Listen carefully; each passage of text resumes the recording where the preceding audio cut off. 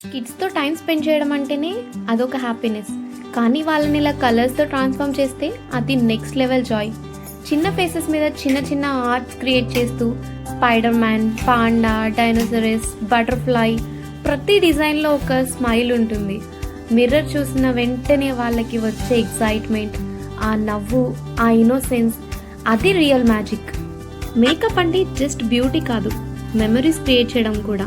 Blush and రేప్తో ప్రతి ఈవెంట్లలో cute మూమెంట్స్ని create చేస్తాం.